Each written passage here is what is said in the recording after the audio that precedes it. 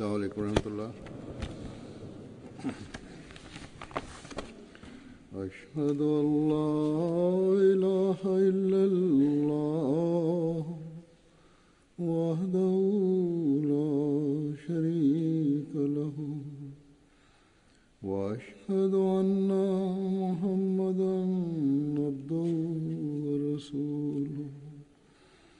अम्मा बअदु फ़अऊज़ु बिल्लाहि मिनश्शैतानिर रजीम। बिस्मिल्लाहिर रहमानिर रहीम। अल्हम्दुलिल्लाहि रब्बिल आलमीन अर्रहमानिर रहीम मालिकि यौमिद्दीन। इय्याका नअबुदु व इय्याका नस्तईन। इहदिनस सिरातल मुस्तक़ीम सिरातल लज़ीना अनअमत अलैहिम गैरिल मग़्दूबि अलैहिम वलद्दाल्लीन।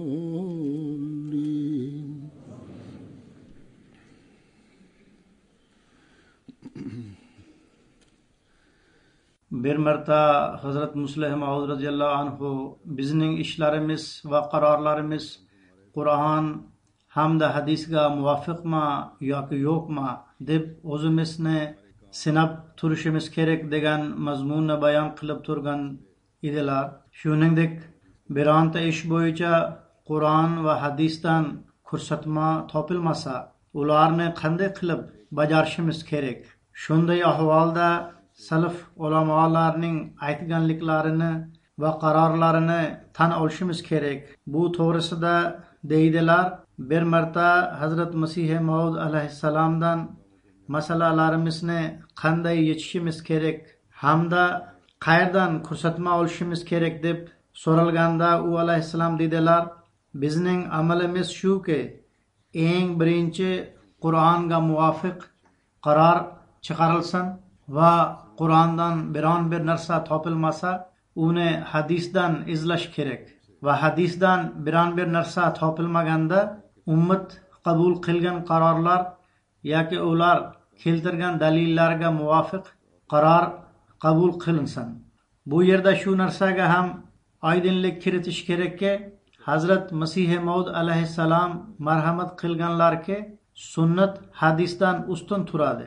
Shuning uchun sunnatdan isbot topgan narsalarga baribir amal bo'lishi kerak. Undan keyin hadis turadi. Sunnat degani Hazrat Muhammad Rasululloh sallallohu alayhi vasallam bizga qilib ko'rsatgan amallardir. Undan keyin sahobalar uni o'rgandi, keyin sahobalardan tobiinlar o'rgandilar va keyinchalik taba tobiinlar o'rgandilar. So'ngra ummatda joriy bo'ldi. Nima bo'lsa ham Hazrat Musleh Maud biz Alloh taolo va uning payg'ambari ruxsat bergan ishlarnigina qilishimiz kerak deb o'z hayotlarimizga qarab turishimiz kerak degan mazmunni bayon qilmoqdalar. Ayrim kishilar ba'zida solih amalni boshlariga mindirib oladilar va bo'rtirib yuborishgacha yetib borishar va o'z jonlarini musibatga solib o'zlariga zulm qilishadi. Ayrim, balki ko'pincha shunday odamlar borki, ular Alloh va uning payg'ambarining buyruqlariga e'tiborsizlarcha qaraydilar. Ularga amal qilishga qanday jiddiy bo'lishi kerak bo'lsa, u darajadagi jiddiylikni ko'rsatmaydilar. Demak, bu ikkala turdagi kishilar ya o'ta qattiq qo'llik qilishadi, ya o'ta yengil olishadi. Shu sababdan ikkalasi Alloh va uning payg'ambarining buyrug'idan chiqib ketadilar. Solih amallarda oshib ketadiganlarning misollari bor. U roziyallohu anhu bir ayol kishini misol keltirdilar. U solih amal nomi bilan noto'g'ri ish qilmoqchi edi. darhaqiqat u solih amal emas. Zero Allah va uning payg'ambari unga ruxsat bermaganlar. Men hozir bayon qiladigan voqeada o'z tushlariga juda katta ahamiyat beruvchilar uchun ham ibrat bordir. Halbuki ular har bir tushlari rost va qandaydir ma'nosi bor deb aytib bo'lmaydigan darajada bo'ladilar. Hazrat Muslih Maud deydilar, bugun bir ayol biznikiga keldi. U Qodiyanda qadimiy yashovchidir. Miyasida ozgina kamchilik bor. U men tush ko'rdim dedi. Tushimda Hazrat Masih Maud alayhissalom kelib, agarda siz qoldirmay 6 oy roza tutsang, Xalifatul Masih sog'ayadi. Bu Hazrat Muslih Maud radhiyallohu anhu kasal bo'lgan kunlardagi gapdir. Biroq u ayol men so'ragan olimlar 6 oy muttasil roza tutish joiz deb aytganlar dedi. So'ngra dedi, Mirza Bashir Ahmad siz payshanba va dushanba kuni roza tutib oling deb aytganlar. So'ngra yana dedi, men tushimda Hazrat Masih Maud alayhissalom tashrif buyurib, men sizga 6 oy muttasil roza tuting deb aytganman. Nega tutmaysiz deb menga marhamat qilganlar. Hazrat Muslih Maud radhiyallohu anhu deydilar, men unga sen tushing Hazrat Masih Maud alayhissalom vahiysidan ustunroq emas deb aytdim. Va Hazrat Masih Maud alayhissalom o'z vahiysi haqida agar biror bir vahiy ilhomim Qur'on va sunnatga qarshi bo'lsa, men uni tomoqni tozalab, balg'amni tashlaganidek tashlab yuboraman dedilar. Agarda Hazrat Masih Maud alayhissalom o'z vahiy ilhomini shu qadar Qur'on va sunnatga muvofiqlashtirsa, unda o'z tushlarimizni uning ahkomlariga muvofiqlashtirishimiz kerak. Muhammad Rasululloh sallallohu alayhi va sallam muttasil va uzoq muddat roza tutishdan ummatini man etgan bo'lsalar, unda agar birorta tush shu buyruqqa qarshi bo'lsa, u shaytoniy tush deb hisoblanadi. Ha, siz Hazrat Masih Maud alayhissalom aytgan deb aytsangiz ham, u ilohiy tush deb qabul qilinmaydi. Sababi ilohiy tush bo'lganda u payg'ambar sallallohu alayhi va sallamni tasdiqlashi kerak edi. Hech qachon u sallallohu alayhi va sallamni inkor etmasdi. Demak, Qur'oni Karim yoki payg'ambar sallallohu alayhi va sallamning fatvosi va sunnatiga muxolif bo'lgan tush albatta rad etishga loyiq tush hisoblanadi. Zero Qur'oni Karimga muxolif tush ham rost bo'la olmaydi. Sunnatga muxolif tush ham rost bo'la olmaydi va sahih hadisga muxolif tush ham rost bo'la olmaydi. Demak, tushlarni asos qilib olib, xoh u solih amal to'g'risida bo'lsa ham o'zini ko'tara olmaydigan qiyinchilikka solishdir. Bu noto'g'ri narsadir. Aks holda bu g'ayri solih amaldir va ayrimda bu gunoh bo'lib qoladi. Biroq Alloh taolo tayinlashi kerak bo'lgan kishi bilan uning muomalasi butunlay boshqacha bo'ladi. Ular oddiy kishilardan bo'lmaydilar. Ularni oddiy kishilar bilan solishtirib bo'lmas. Bu voqeani eshitib kimdir buni ham o'ylashi mumkinki, Hazrat Masih Maud alayhissalom ham 6 oy roza tutganlar oxir. Bu to'g'risida birinchidan bu narsa oydinlashsinki, u alayhissalomni Alloh taolo nubuvvat maqomiga turg'izish kerak edi. Ikkinchidan Hazrat Masih Maud alayhissalom o'zlari bu haqida bizga qanaqa nasihat qilgan, uni taqdim etaman. U alayhissalom deydilar, bir marta shunday bo'ldiki, tushimda bir qari solih kishi menga ko'rindi. U zikr qildiki, bir qancha roza tutish ilohiy nurlarni kutib olish uchun nubuvvat xonadonining sunnatidir. Bu narsaga ishora qildiki, men nubuvvat ahli baytning bu sunnatga amal qilayin. Demak, men bir qancha muddat muttasil rozalar tutishni ravo ko'rdim. Shu turdagi rozalarning men tajribamga kelgan ajoyibotlaridan u davrdagi latif vahiylardir. Shundan keyin Alloh taolo kashf va vahiylarning bir silsilasini joriy etdi. So'ngra Hazrat Masih Maud alayhissalom nima bo'lganligi tafsilotini aytib berganlar. U alayhissalom deydilar, al-qissa shu muddatgacha ro'za tutishdan menga zohir bo'lgan ajoyibotlar xilma-xil vahiylar edi. Biroq esda tutadigan narsa shuki, men hech kimga u shunday qilsin deb maslahat bermayman va men o'z xohishim bilan shuni qilmadim. Esda tutinglar, men bir aniq kashf orqali Alloh taoladan xabar topib, jismoniy qiyinchilik tortish ulushini 8 yoki 9 oygacha olib turdim va ochlik hamda chanqash ta'mini totib ko'rdim. Yana bu amalni muttasil qilmay qo'ydim. Demak, Alloh taolo u alayhissalomga bir maqom ato etmoqchi bo'lganligi uchun ruxsat berilgandi. Undan keyin bunga amal qilmadilar. U alayhissalom dedilar, undan keyin men goh-gohida ro'za tutardim va o'ziga ergashganlarni ham shunday qilishdan man etdilar. Yana Hazrat Masih Maud alayhissalomga u kelib bir yangi jamoat tuzib fitna fasodni paydo qildi va musulmonlar ichida aytishingizga ko'ra 73 firqani tuzib qo'ydingiz degan ayblov qo'yiladi. Holanki bo'linishni ozaytirishga ehtiyoj bor edi. Aksincha yana bir yangi firqani tuzib yanada bo'lib yubordi.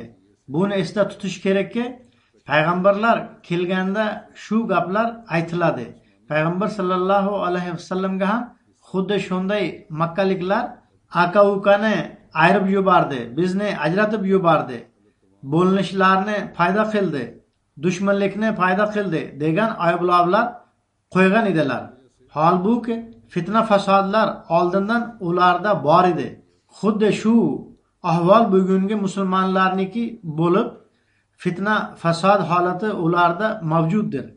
Alloh taolo payg'ambarlarni fitna fasod holatini uzoqlashtirish uchun va odamlar bir qo'lga to'planib birligini tuzishga harakat qilsin deb yuboradi. Demak, iymon keltirganlar tinchlikni topib birlashib qolishadi va fitna fasodlar uzoqlashadi. Muxoliflar esa fitna fasodlarga duch keladilar. Endi muxoliflar birgalashib qanchalik muxolifat qilsalar ham, biroq bular bir-biridan ayrilgan kishilardir. Bularning qalblari birga emas, ular bir-biridan bo'lingandir. Bular o'zaro mushtlashib turaveradilar. Baribir bular imomni qabul qilmagunlaricha shunday bo'lib turaveradilar. Bular xohlasalar bizni musulmon deb aytsinlar yoki g'ayri musulmon yoki biron boshqa nom qo'ysinlarmi? Biroq biz Alloh taolo va uning payg'ambari bergan ta'rifiga ko'ra haqiqiy musulmonmiz va o'zimizga bu nom qo'yishdan hech kim bizni to'xtata olmaydi. Hazrat Muslih Maud radhiyallohu anhu ana shu fasodlarni zikr etib deydilar, bir do'stimiz aytib berdiki, bir marta bir ahli hadis, ya'ni vahobiy Hanafiylarning masjidida ular bilan birga namoz o'qimoqda edi. Qadada u barmog'ini ko'tardi. Tashahhud paytida uning barmog'ini ko'tarish bilanoq barcha namoz o'qiyotganlar unga tashlandilar va uni haromzoda deya boshladilar.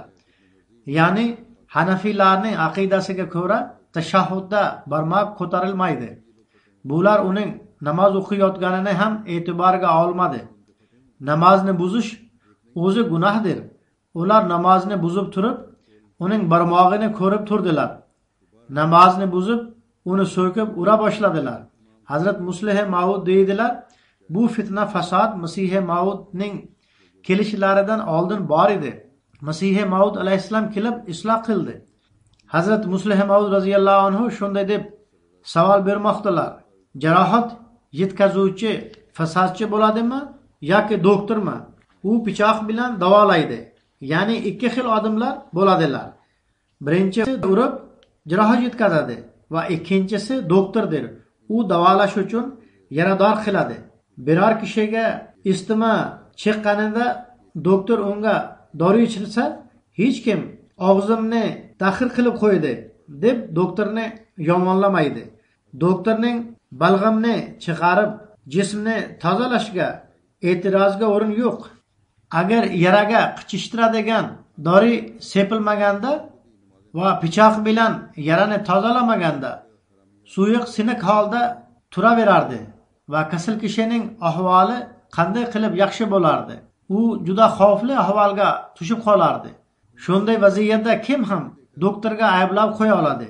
Demak, doktor agarda birontasiga aziyat yetkazsa, u davolash uchun bo'ladi. U roziyallohu anhu deydilar, bir kishi Huzur alayhissalomdan bo'linish to'g'risida savol berganki, siz kelib ko'prak bo'lib yubardingiz. Oldin ham ko'p fitna fasod bordir. U alayhissalom dedilar, aytingchi, siz sutni saqlash uchun qatiq bilan birga qo'yasizmi yoki alohidami? Sutni agarda saqlash kerak bo'lsa, uni qatiqdan alohida saqlaysiz. Sababi uning bir tomchisi ham sutga tushganda sut aynib ketadi. Bilinib turibdiki, toza sut qatiq bilan 1 minut ham tozaligicha qolmaydi. Demak, yuborilgan kishining jamoati qolgan jamoatlardan alohida qilinishi shart edi. Bu tuzilgan alohida firqa yoki jamoat yuborilgan zotnikidir. Bu jamoatni buzilgan kishilardan ajratishi kerak edi. Xuddi kasal kishidan parhez saqlanmaganda sog'lom kishi ham og'rib qolganidek. Alloh taolaning sunnati shuki, u o'zi yuborgan kishining jamoatini ruhoniy kasal kishilardan alohida qo'ysin. Shuning uchun Alloh taolaning buyrug'i shuki, janoza, to'ylar va namoz alohida bo'lsin. U alayhissalom nasihat qila turib deydilar, ko'pincha ayollar ayollariga qarshi chiqishadi. Shuning uchun men nasihat qilamanki, esda saqlanglar, kasal kishi bilan bo'lib sog'lom kishining hayoti ham xavf ostida bo'lganidek, xuddi shu ahvol sizlarning g'ayri ahmadiylar bilan aloqa vositada bo'lganligida bo'ladi. Ayollar ko'pincha deydilar, aka-uka yoki opa-singildan qanday ayrilib qolish mumkin? Hazrat Muslih Maud deydilar, men rostini aytamanki, zilzila kelganda yoki yong'in yuz berganda bir opa yoki singil o'z aka-ukasiga hech e'tibor bermaydi. Aks holda uni orqaga itarib tushayotgan tomdan tezroq chiqib ketishga harakat qiladi. Unday bo'lsa nimaga din masalasida shunday deb o'ylashadi? Bu xotirjamlik vaziyatdagi his-tuyg'ulardir. Agarda buni bir musibat deb tushunsak, shunda his-tuyg'ular paydo bo'lmaydi. Nima uchun biz ayrilamiz degan his-tuyg'ular musibat vaqtida shunday bo'lmaydi dedilar. Hali sizlar buni tushunmaysizlar. Hali sizlarda din idroki yo'q. Shu bois xotirjamlikdagi his-tuyg'ular ustunlik qilmoqda. Musibat vaqtidagi his-tuyg'ular bo'lganda shunday bo'lmasdi. Agarda tun payda Alloh taolo birovingizga o'lim farishtasini yuborsa, u menga sizning aka-ukangiz yoki birov boshqa qarindoshingiz jonini chiqarishga buyurilgandir. Biroq uning o'rniga siz joningizni chiqarib olaman desa, hech kim buni qabul qilmaydi. Ayol kishi ham qabul qilmaydi. Alloh taolo Qur'oni Karimda shunday marhamat qiladi. Ya ayyuhallazina amanu qu anfusakum va ahlikum nara. Ya'ni o'z jonlaringizni va oila a'zolaringiz jonini o'tdan saqlanglar. Endi Hazrat Masih Maud alayhissalomga ergashgan ayol agar birov g'ayri ahmadiyga turmushga chiqsa, eri sababli ahmadiyatdan albatta uzoqlashib ketadi yoki siqilib o'lib qoladi. Agarda uzoqlashmasa, uylarida qattiq qo'llik ko'rsatiladi va natijasi yana shu chiqadiki, diniy taassub natijasida qarindoshlaridan ayriladi. Shu kunlarda ham xuddi shunday bo'lmoqda. Bunisi bir o't bo'lib, biron bir ayol o'z qizini o'tga soladimi? Ammo shunaqa bir arzimagan aloqa, munosabatlar uchun uni o'tga solib qo'yishadi. Demak, biz g'ayri ahmadiylar bilan qiz oldi berdi qilmaymiz. Bu bizga juda katta ayblab qo'yiladi. Demak, bu bo'linish emas, aksincha o'zimizni saqlash uchun bir sa'y harakatdir. Dinni dunyodan ustun qo'yish uchun sa'y harakatdir. Biroq bu o'y fikr dinni dunyodan ustun qo'yishlik ruhini tushunadigan kishidagina tug'ila oladi. Bunga ahmadiy qizlar o'rniga g'ayri ahmadiy qizlarga uylanadigan bolalar ham kiradilar. Demak, o'g'il bolalar ham buni tushunish kerakki, agarda ular o'zlarini haqiqiy ahmadiy deb o'ylasalar, unda o'zlarining shaxsiy xohish istaklariga qaramasinlar. Vaqt kelganda ahmadiy qizlarga uylansinlar. O'zlarining dunyoviy xohishlaridan kelajak avlodlarini va dinini ustunroq qo'ysinlar. Aks holda faqat qizlarning begonalarga turmushga chiqqanlaridagina avlodlar barbod bo'lmay, o'g'il bolalarning begonalarga uylanish natijasida ham barbod bo'ladi. Har bir ahmadiy buni tushunish kerakki, u faqat ijtimoiy bosim yoki qarindoshchilik sababli ahmadiy bo'lmasin, balki dinni tushunib turib ahmadiy bo'lishga urininglar. Agarda ahmadiy bolalar tashqarida uylanaversalar, unda ahmadiy qizlar kimlarga turmushga chiqishadi? Demak, o'g'il bolalar ham bunga ko'proq e'tibor berishlari kerak. Bunga moyillik oshib bormoqda. Agarda hozir ham ehtiyot qilinmasa, kelajakda moyillik yanada oshib boraveradi va avlodlarda ahmadiyat qolmaydi. Kimlarga Alloh taolaning xos marhamati bo'lsa, ular bundan mustasnodirlar. Men ko'pincha tashqarida uylanadigan bolalarga aytamanki, ahmadiy qizlar haqqini ham ado etinglar. Agarda biror majburlik boisi tashqarida uylansangiz, unda bir yigitni ahmadiyatga qo'shib, uni samimiy ahmadiy qilib, so'ng uni bir ahmadiy qizga uylantiringlar. Shuning natijasida sizlar da'vatga ham e'tibor berasizlar va bu sezim natijasida o'zlaringizda ham ahmadiy qizlarga uylanishga e'tibor paydo bo'lishi ehtimoli bor. Baribir qizlarni turmushga chiqarish bo'yicha masalalar bordir. Bu masalalar bugundan bo'lmay, oldindan bor. Bu haqda Hazrat Muslih Maud bir joyda bayon qila turib deydilar, bugun bir muhim masala to'g'risida gapirmoqchiman. U bo'lsa ahmadiy va g'ayri ahmadiylar o'rtasida nikoh masalasidir va bunga tegishli kufr, ya'ni tenglik savoli ham tug'iladi. Bizning jamoatimiz kishilari to'ylar masalasida qiyinchiliklarga duch kelmoqdalar.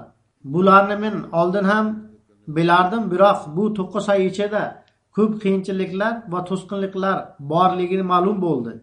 Bu 9 oy o'zlarining xalifa bo'lgach 9 oydan keyin 1914-yilda bo'lib o'tgan jalsada nutqlaganlar. Deydilar, odamlarning maktublaridan bu to'g'risida ularning qattiq aziyat chekayotganlari ma'lum bo'ladi. Bugun ham xuddi shu ahvol, qiyinchilik va mushkullar bor. Biroq bularni biz o'zimiz yechishimiz kerak. U roziyallohu anhu deydilar, Hazrat Masih Maud alayhissalom bu haqda bir taklifni taqdim etgan edilar. U bo'lsa ahmadiy qizlar va o'g'il bolalarning nomlari bir tetradda yozilsin. Bu tetradni birov kishining maslahatiga ko'ra ochtirgan edilar.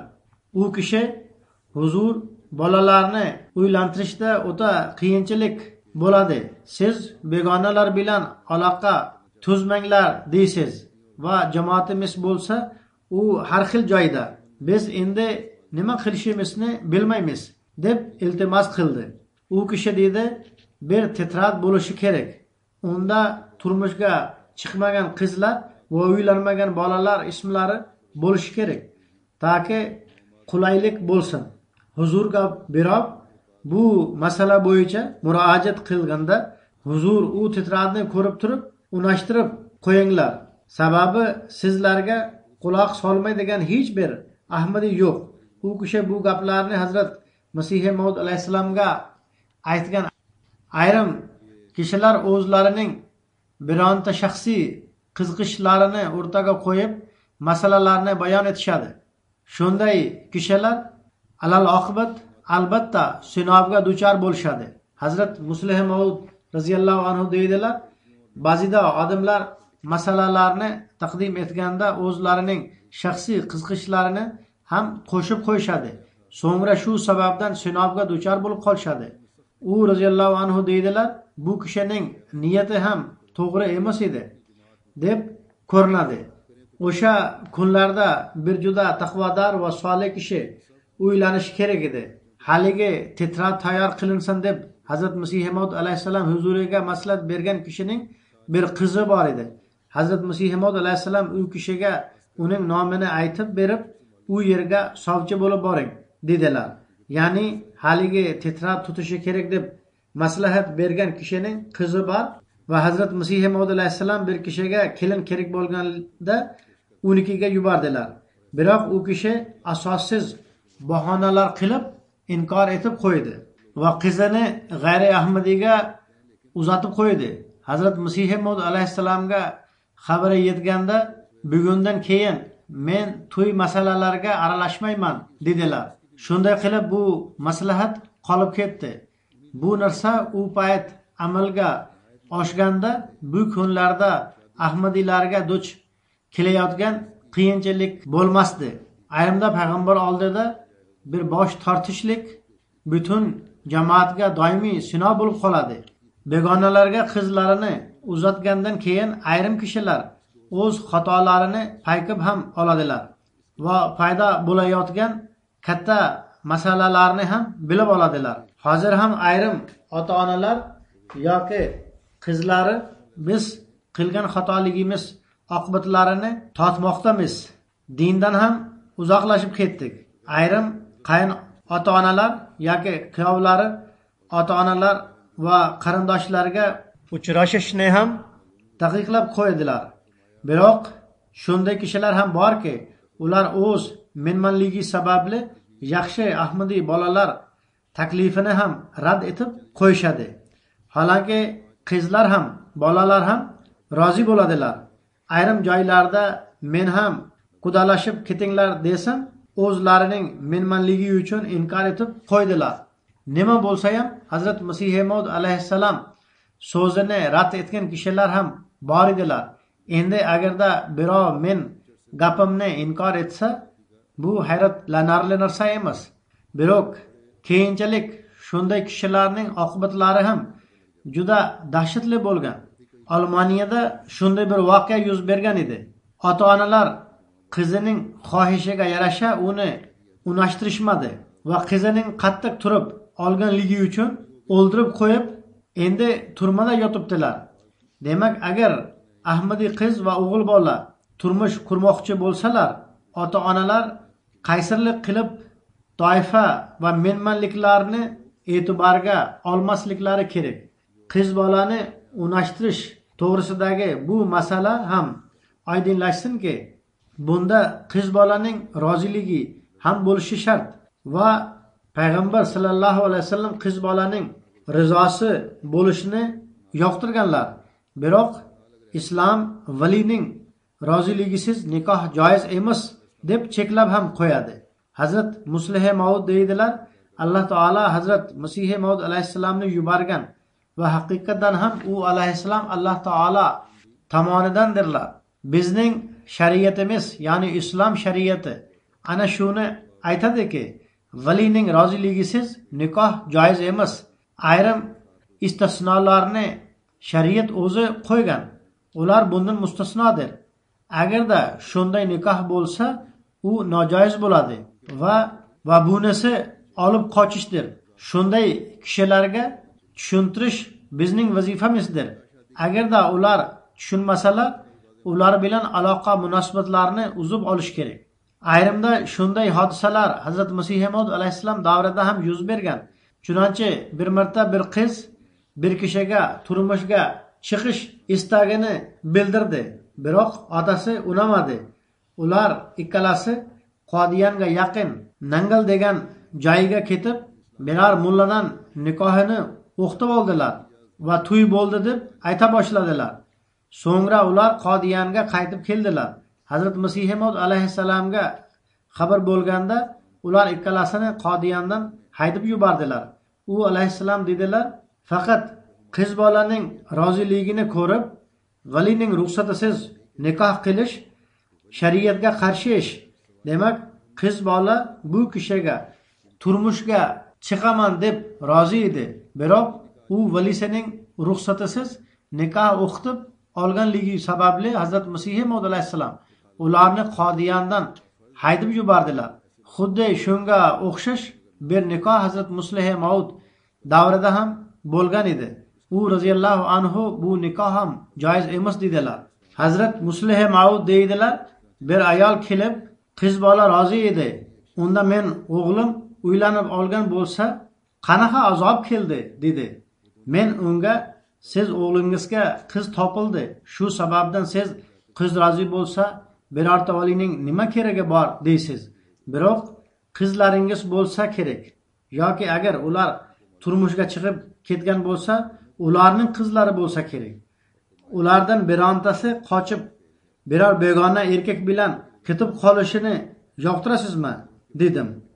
Demak, oldin zikr qilinganidek, ota-onalar biron bir sababsiz quruq or namusi nomidan qizlarni uzatmaslikka o'ta qattiq qo'llik qilmasliklari va o'ldirishgacha bormasliklari kerak.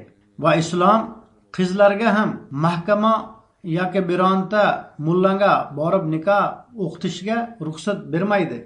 Agarda biron bir majburlik bo'lsa, qizlar vaqt xalifasiga yozishlari kerak va u yerdan vaziyatga qarab ma'ruf qaror chiqariladi.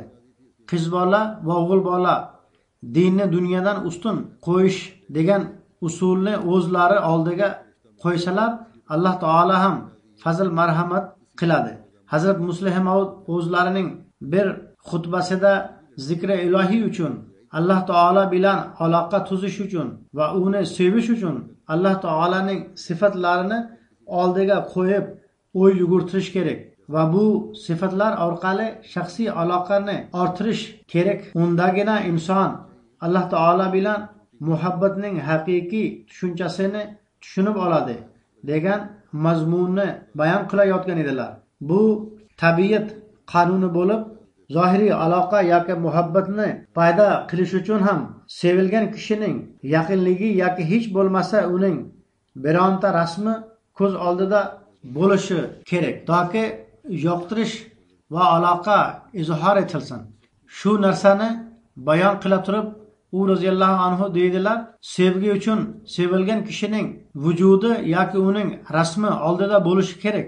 Islom uylanishda yuzini ko'rib oling deydi va bu yangi gap emas. Bugungi kunda ham bolaning qarindoshlari rasmni talab qilishadi. Bu davrda ham yuzini ko'rish mushkul bo'lsa, rasmlarni ko'rib olsa bo'ladi. Hazrat Muslih Maud deydilar, men uylanganimda yoshim kichkina edi. Hazrat Masih Maud alayhissalom doktor Rashiduddin sohibga qizingiz rasmini yuborib qo'ying dedilar. Ular rasmni jo'natib qo'ydilar. Hazrat Masih Maud alayhissalom bu rasmni menga berib qo'ydilar.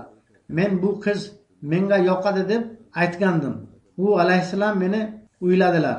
Demak, ko'rmay turib muhabbat qandoq bo'lsin? Endi Alloh taolo bilan muhabbat zikri boshlanadi. U bilan muhabbat qanday bo'lsin? Sizlar oldingizda Alloh taolo kelganda ko'zlaringizni qo'llaringiz bilan yopib olsangizlar va Alloh taolani ko'rmay turib u bilan muhabbat bo'lsin deb aytsangizlar, qandoq bu muhabbat bo'lsin? Hazrat Masih Maud alayhissalomning bir bayti bor.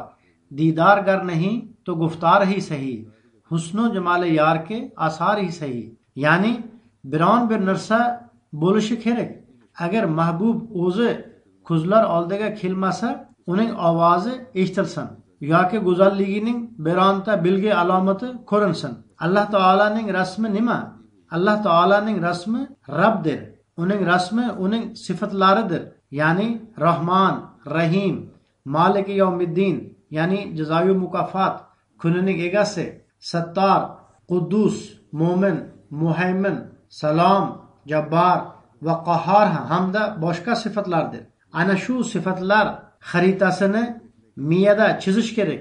Bu sifatlarni muntazam fikrimizga keltirib, bularning ma'nolarini miyaga singdirib olganda uning bironta sifati quloq bo'lib qoladi, birontasi ko'z bo'lib qoladi, birontasi qo'l bo'lib qoladi va birontasi yurakning urilishi bo'lib qoladi.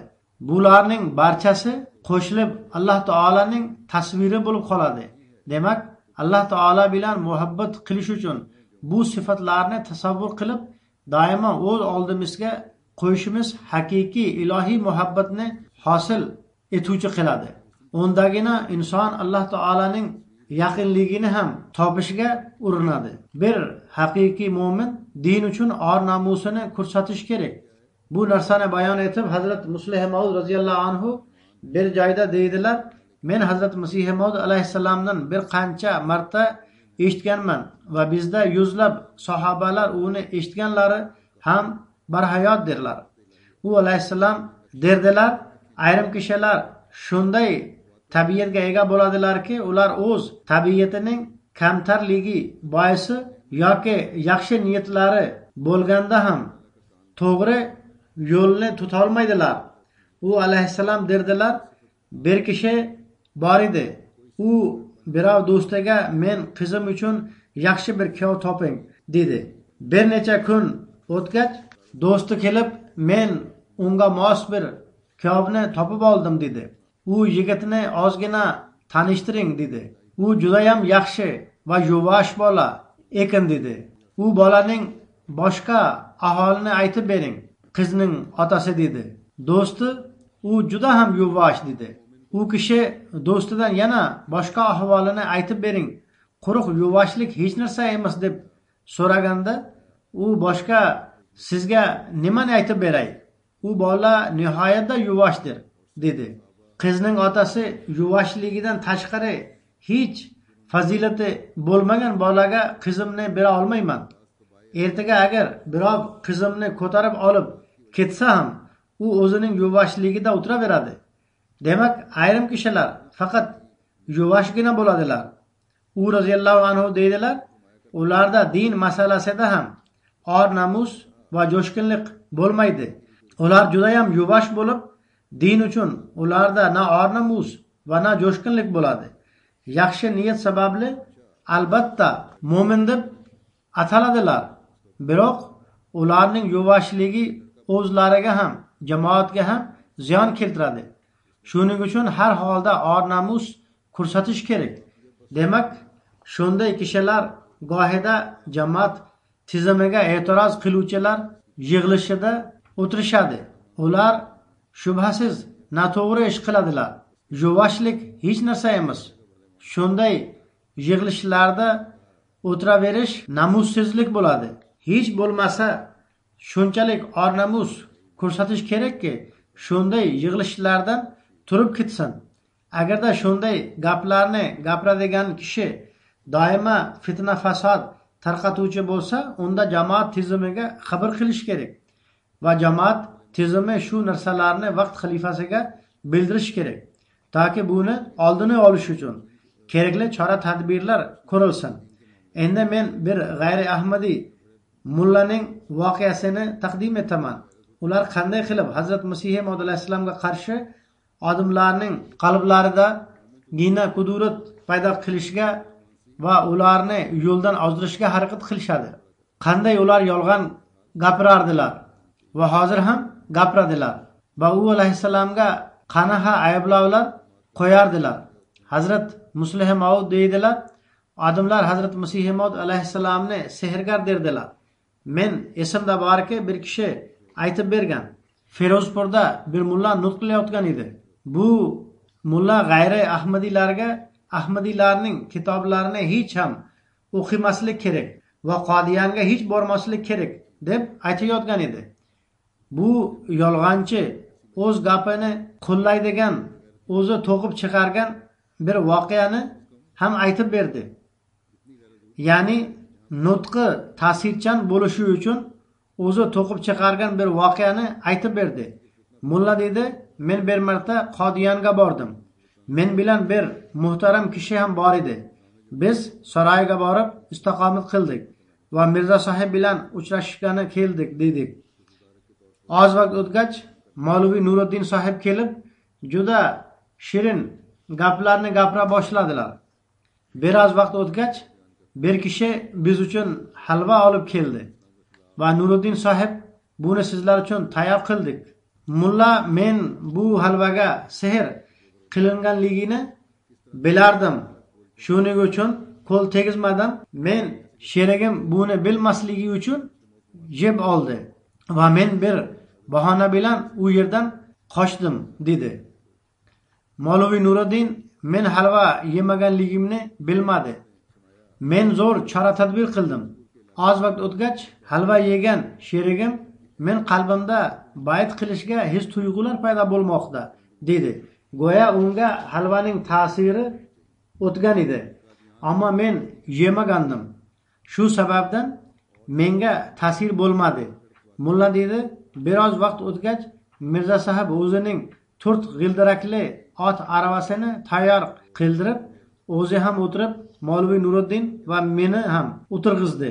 So'ngra mulla yolg'on gapira turib deydi, Mirzo sahib men bilan gapira boshladilar va men ham tajriba qilish uchun boshimni qimirlatib, xo'p deb turdim dedi. Ular bu kishi halvani yegan, shuning uchun albatta qabul qilib oladi deb o'yladilar. Sababi halvaga sehr qilingan edi. Mulla deydi, dastlab ular men payg'ambarman dedilar. Keyin men payg'ambar sallallohu alayhi vasallamdan afzalroqman dedilar. Nauzubillah min zalik. So'ng dedilar, men Xudoman. Nauzubillah. Bu gaplarni eshitib men astag'firulloh dedim. Mulla, bu hammasi yolg'on dedim. Shunda Mirzo sahib judayam hayrat bilan Mavloviy Nuriddindan, bunga halva yedirmadingizmi? Bunga sehr o'tmadi. U yedirganman dedi. Unda nima uchun sehr o'tmadi? Bu judayam hayratga soladigan narsa-ku. Biroq Alloh taolo gahida bularning yolg'onini gapirgan joyining o'zida ochib yuboradi. Chunonchi u yerda ham shunday bo'lgan. Shu yig'ilishda bir g'ayri ahmadiy advokat ham o'tirgan edi. G'ayri ahmadiy bo'lishiga qaramay oliyjanob kishi edi. U bir vaqtlarda birinchi xalifa Mavloviy Nuriddinga davolanish uchun kelgan edi. Mullaning bu gapini eshitib o'rnidan turib dedi, men oldin ham mullalar to'g'risida yomon o'y fikrda edim va men bularni yolg'onchi deb tushunardim. Biroq bugun men bulardan yolg'onchiroq hech kim yo'q ekanligini bilib oldim. Advokat odamlarga qarab, sizlar bilasizlar, men Ahmadiy emasman, ammo men davolanish uchun u yerga borib kelganman va u yerda yashaganman ham. Mulla gapirgan gaplarning barchasi yolg'on dedi. 4 g'ildirakli ot arava bir yoqda tursin. U davrda oddiy ot arava ham bo'lmasdi, dedi advokat. Mulla janoblari 4 g'ildirakli ochiq ot arava kelib to'xtadi va Hazrat Masih Maud alayhissalom birinchi xalifa va men o'tirdim deb aytmoqda.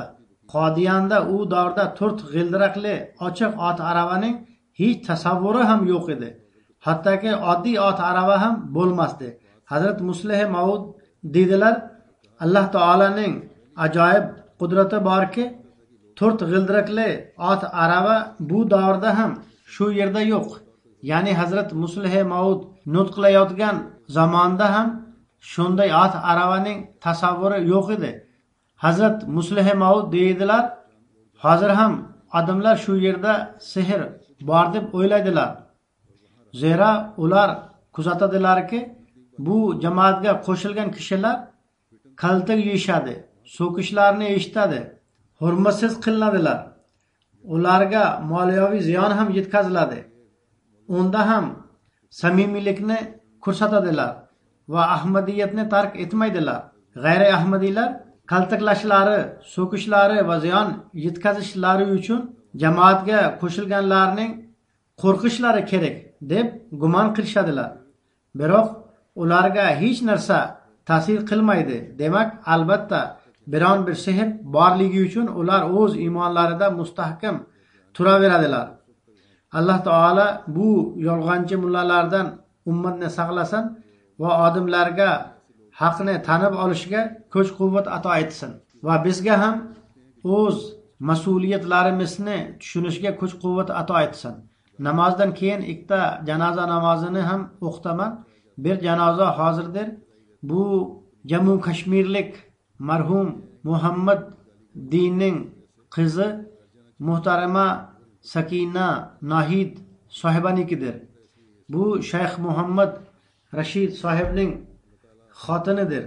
U 3-aprel kuni 90 yoshda bu yerda vafot etdi. Inna lillahi va inna ilayhi rojiun. Marhumaning oilasiga Ahmadiyat otasi orqali kelgan edi. Marhuma Kashmirda qarshilikka qaramay 16 yoshda bayat qilgan edi. Turmushga chiqqandan keyin Pathankotda istiqomat qildi. Ikkinchi xalifa hazratlari va Ummul Mu'minin Dilhoziga borganlarida ularga mehmondorchilik qilishga fursat topgandilar.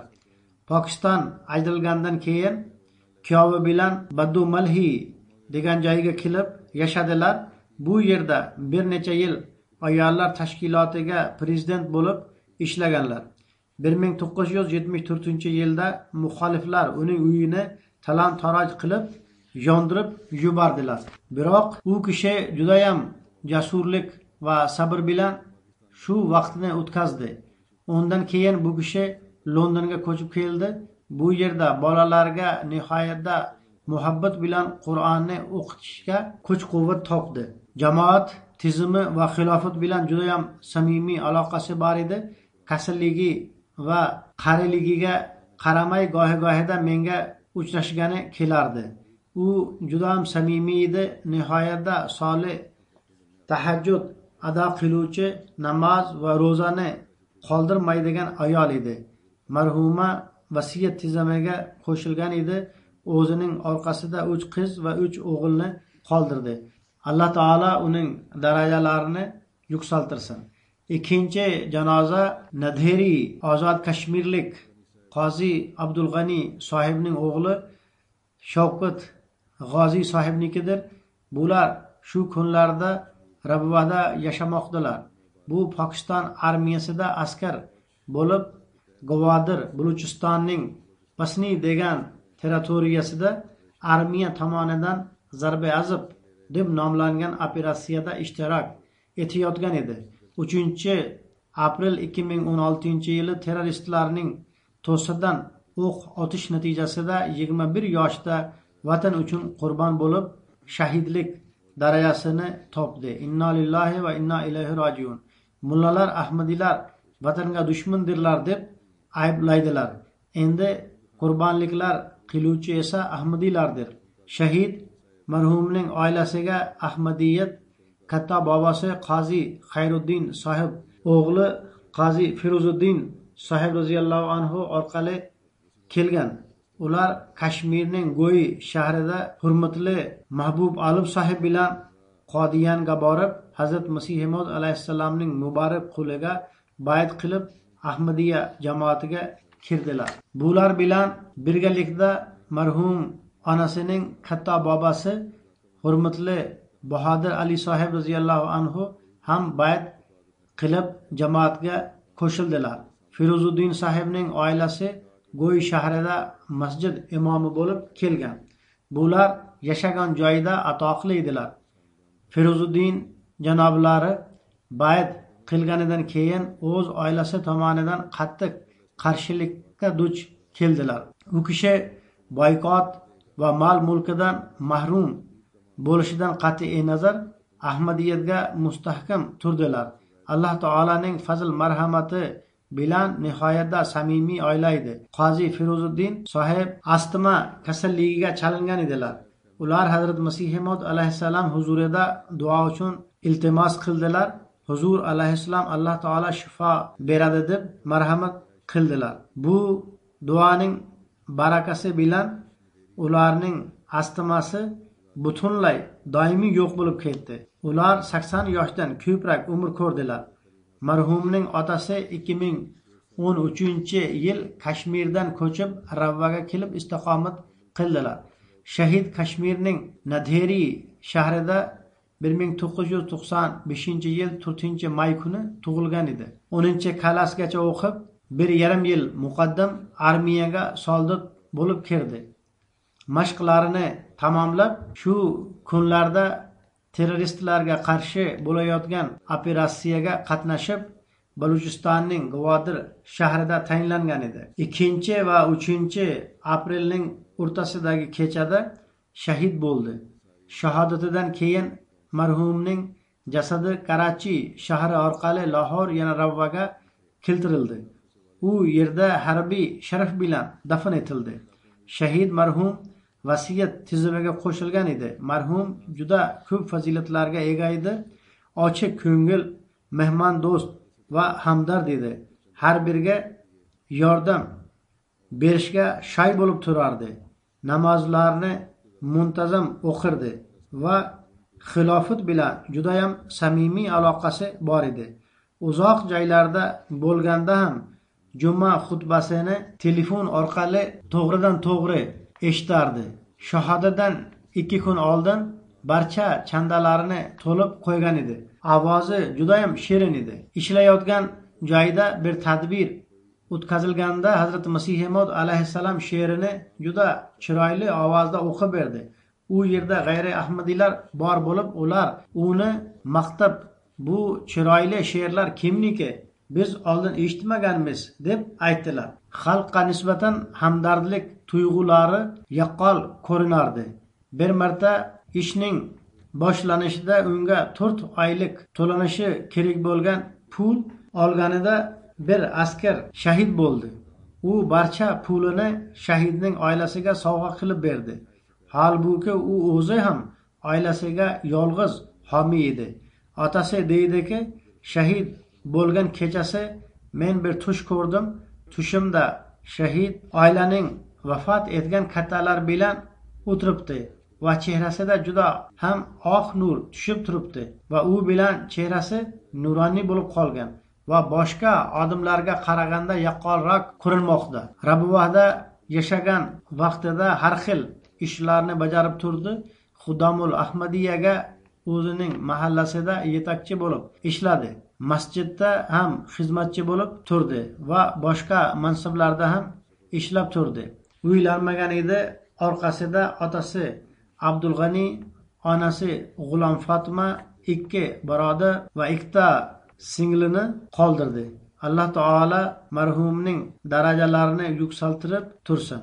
Oila a'zolariga ham sabr va jasurlik ato etsin. Marhum Alloh taolaning marhamati ila musi edi.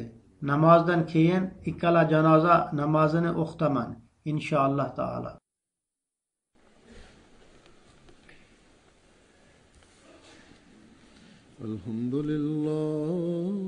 Alhamdulillah nahmaduhu wa nasta'inuhu wa nastaghfiruhu wa nu'minu bihi wa natawakkalu alayhi wa na'udzu billahi min shururi anfusina wa min sayyiati a'malina. من يهده الله فلا مضل له ومن يضلل فلا هادي له ونشهد أن لا إله إلا الله ونشهد أن محمدا عبده ورسوله. عباد الله رحمكم الله إن الله يأمر بالعدل والإحسان وإيتاء ذي القربى وينهى عن الفحشاء